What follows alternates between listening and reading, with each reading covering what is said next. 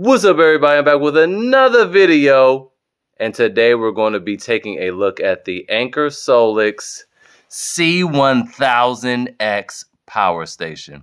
We're going to unbox it, see what it comes with, and we're going to put it through its paces and then compare it with the other brands that are also around 1,000 watt hours, more or less. Let's get into it. All right, unboxing. Comes in a nice big old bag. Looking like almost a bit of a Delta 2. Let's see what else we have in here. We have the is this the whole warranty card? This whole book? Yeah, in different languages. All right, don't need that. Have a little user guide here. Probably running us through the apps and all of that.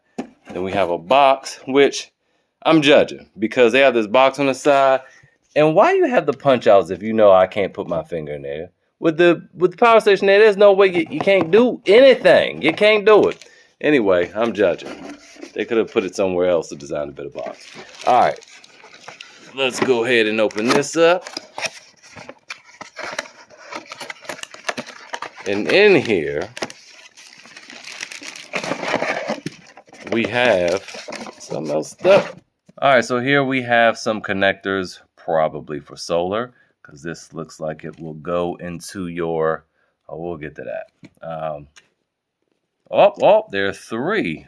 That's kind of strange. Then we also have your car charger here. There you go. And then we also have your AC charger. No power brick. I don't think we're going to see power bricks anymore unless it's a super cheap unit. And the Anker weighs 28 pounds, 8 ounces. Now let's take a look at the unit itself.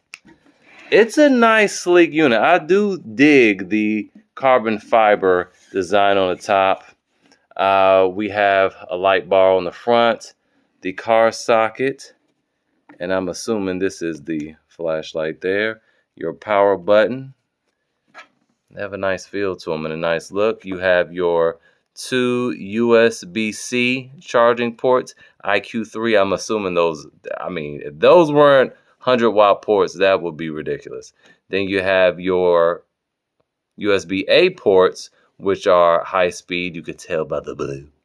Then we have your outlets, 1, 2, 3, 4, 5, 6, and 120 amp outlet. Surge pad, don't know what that is. And then you also have your AC power button, and this looks like your wireless charger. We're going to test that too. On the side here, this is where we have our charging port. So this is where you plug in your AC. Then we have, yes, your solar input here. Now this is the thing to pay attention to. The types of panels it could take: 11 to 32 volts at 10 amp panels, or 32 volt to 60 volt, 12.5 amp panels. And it will charge at 600 watts max. Very nice, because most units starting at 1,000 watt hours will only charge at 500. But this being a newer 2024, late 2023, if you want to call it that, I would hope that it did have something to one up the other ones. So nothing on the back here. And then on this side, I would assume it's just a fan. But you have your battery expander here, which is also very, very nice. So you could expand this with an extra battery up to 2,000 watt hours. So I'm going to go ahead and get this thing charged up. And then the very first test we're going to run is its efficiency. If we turn on the AC outlets and we turn on the DC, let's see after 12 hours, and then we'll just double it to calculate for 24 hours, see how much parasitic draw this has. So out of the box, this thing came 87% charged, and it is currently, I haven't done anything with the app or anything. It's saying it's going to be done in 0.3 hours, and it's charging at, that timed out pretty quick, 638 watts input. All right, so the time is now 10:31. At 10:30 on the dot, I started to run this. I turned it on, and I turn the AC outlets on. I set it to never go to sleep on the app, and we will see what this is at in 12 hours, 10:30 a.m. in the morning. That is not the fans from this. That is actually the fans from another power station. See you guys in the morning. All right, we are back. So the Anker did not do well with the parasitic drain test because this bad boy on its app would not allow me to set it to, well, it did allow me to set it to never turn off. It just didn't listen. It turns off in like 30 minutes. So I wasn't able to complete that test. Which is upsetting because me personally, I like power stations to do what I tell them. Do what I tell them. You get what I'm saying? So anyway, I would not trust this as a backup for like a sump pump or something like I'm doing with my EcoFlow Delta 2 Max right now, because this would deactivate these and then the sump pump would never activate. Now they could probably easily fix that with an update, but as of now, this thing is like a year old pretty much, almost. Yeah, it's not working. Also, I just want to say during the unboxing, I said this was to turn on the wireless charging pad. There's not a thing. This is actually just turn on the Bluetooth, which I guess that conserves battery, but I had problems with like the Oops Mega 2. You turn it on, it'll just disable itself, kind of like how these ports do. So I don't like that. I like for it to just be on all the time. Now, before we move on to our next test, let's check some things out. First of all, this thing says that it has a capacity of 1,056 watt hours. So what we're going to do, 5 seconds in, we're going to set this up to this dehumidifier, and we're going to drain this battery. Let's turn this on non-stop. I see the readings here and here. All right, so this thing is dead, which is interesting though, because the LED is still on, but I guess it really doesn't require that much, but it's supposed to be less than 1%. So at 1%, it is done. Let's see how long it took. It took longer than I thought it would. In my mind. So, okay, so it took 2 hours and 16 minutes. We go and see, and it used 961 watt hours. So 0.961, 961 watt hours. Let's go ahead and put that in the chart and see how efficient that is. All right, so our measured capacity was 961 watt hours, which gives us a total of 91% efficient. All right, now we're all charged back up. Going back to our spec sheet here on the bottom of the device, we see that this has an AC output and bypass mode, which I'm going to check the app and see what that is, of 1440 watts max, and the regular output and inverter mode of 1800 watts max. Now, this Wagner heat gun produces 1500 watts. So we're going to see if we can push it to 1500 watts and see whether it shuts down. If it doesn't, we'll just tack on some more stuff and see what happens until we approach 1800. Let's get on with it. All right, so I just read the manual. I downloaded and read the manual. It said nothing about the 1400, 1800, and the 2400. It said that this can come out of this surge pad port. So that's what we're going to plug this into. That little slit in the eye means it's 20 amps. So let's go ahead and crank this bad boy up and see what happens. You see it's at 1465. Hey, that stay on. 1453. 1300 degrees. And it's still staying steady at 1453. Let's find something else to plug into this.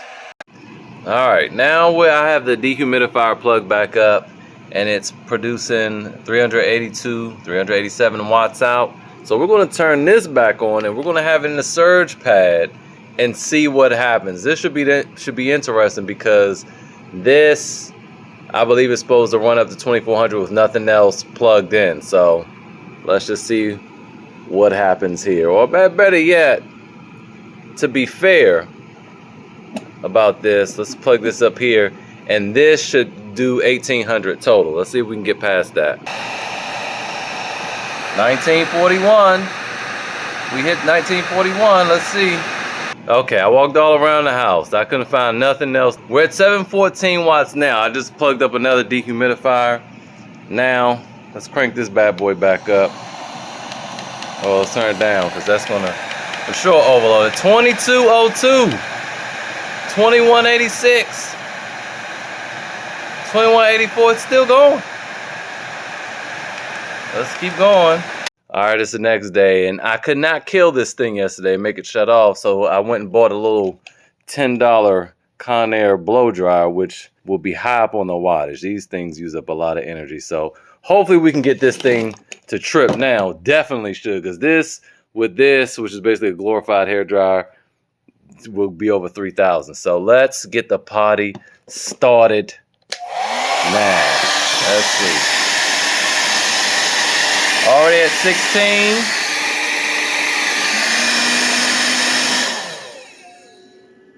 Oh, there we go. Shot. I didn't even see what happened. Let's try that again. 720.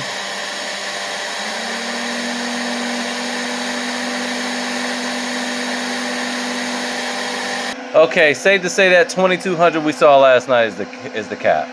As for our max output, we saw a ridiculous number of 2,202 watts, which gives us 122% accuracy. All right, now it's time to charge it back up, and it's rated at 1,300 watts input with ultra fast charging mode enabled, and we are getting 1380, 1381. And I saw actually off camera an AC input of 1,389 watts. All right, now I want to just bring your attention to these specs here. You can pause the video and take a look at these specs, reading it straight from the device itself. But let's take a look at the USB port. So we see the USB-A output, and that's for both ports. A lot of YouTubers have been getting this wrong, myself included. At the beginning of this video, I said that there were high-speed ports because they were blue, but that's deception because they are not. So you see, this is the only thing that they don't tell the watts on, and I think that's for a reason. But in order to get watts, you do volts times amps. So you have 5 volts times 2.4 amps, which is 12 watts. Yeah, a meager 12 watts. The Pecron E600 LFP, which is more than a year older than this thing, almost 2 years, probably, that thing has 18 watts USB-A's. So there you have that. Then the USB-C ports. So we see there's 2 listings here because we have 2 ports, 1 and 2. And one is 100 watts, good, and the other is a meager 30 watts. So you only have one decent high-speed USB outlet on this entire device. So that is the Anker Solix C1000X. In terms of AC outlets, this thing is definitely impressive. In terms of AC output, very, very impressive. Even charging, it overcharges more than what it estimates. However, there are a few things I don't like about it. The app is a little wonky. The AC outlets time out. So if you wanted to use this as a backup, it's basically worthless until they fix that. The USB ports are also basically worthless to me. You only have one that can actually quick charge anything. All the other 3 are just basically slow poke ports, which I don't understand the purpose of making them blue, because, you know, blue is typically, they have those lightning bolts above it. That's nonsense. I also am in between whether I like the button to turn on Wi-Fi or Bluetooth. I think it should always be on, because what if you forget, you're in a rush, and then you have an issue with controlling it from afar. As for the lights, I mean, a lot of people like that feature, so I'm glad that it's there. Also, the Anker C1000X doesn't have any DC 5521 ports. You know, the little things that look like auxiliary ports that take this cable. It doesn't have a 1. And competitors such as the EcoFlow Delta 2, which, especially oftentimes on sale, costs less than this, has dos. It also has more USB ports as well. The overall construction looks very cool. However, we developed a couple scratches here on this carbon fiber top, which is actually, it's hilarious because of the carbon fiber. It's not supposed to scratch, but this scratches very easily. It's just plastic. And then also this sticker began to peel off. So, you know, I'm not saying it's a shot at the build quality. Again, like I said, that inverter is ridiculous inside this thing, but I think they could have done a little bit better.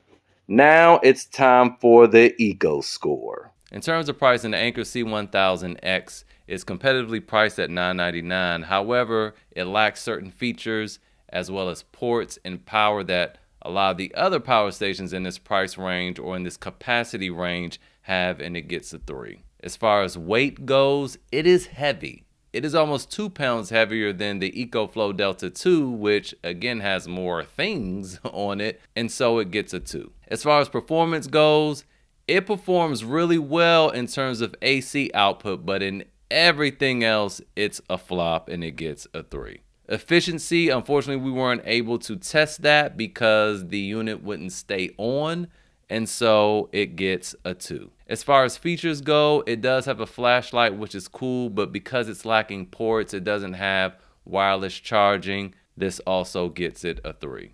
As far as charge rate goes, it charges really fast as far as solar input as well as AC input, and it gets a 5. Warranty, it has a 5-year warranty and it gets a 5. As far as overall value, it doesn't offer all the things that other power stations offer at a cheaper price, and that includes the EcoFlow Delta 2, that includes PECRON, which is a fraction of the price, and it gets a 3. For a grand total of 26, our first Eco Score ever. Stay tuned for future videos because the All Powers S2000 and EcoFlow Delta 2 will be up in this 1,000 watt hour category. Thanks for watching.